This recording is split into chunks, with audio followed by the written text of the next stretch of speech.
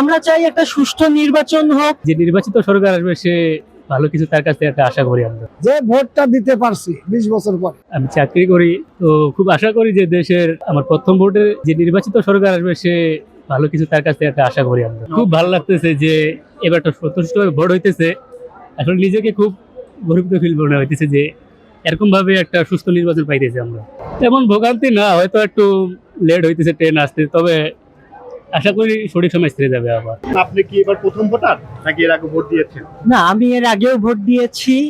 এইবারের পরিবেশটা অন্যান্য বারের থেকে অনেকটাই উৎসব মুখর, এমনকি এই উপলক্ষে আমাদের ছুটিটা অনেক দীর্ঘায়িত হয়েছে।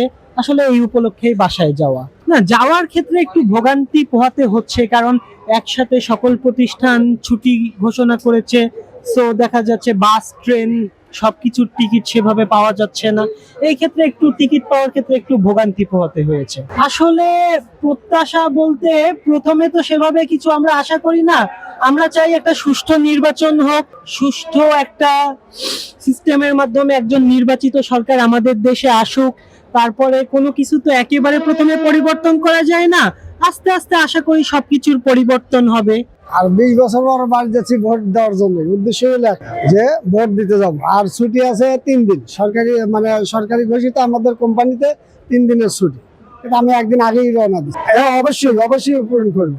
এবং আমার কাছে ভালো লাগবে এই জন্য আমি আরো যে দেশটা যে আমার কথা সে কম চালায়, কিন্তু 5 বছর পর পর যে আমরা ভোটের অধিকার যে নিচ্ছি, এই জিনিসটা তো ফেরত পাচ্ছি।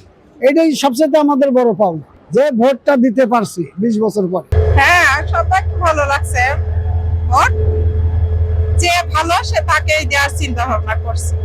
না, আসার সময় কোনো কিছু হয়নি, সমস্যা হয়নি। আমরা সবাই যাচ্ছি নাটোরে।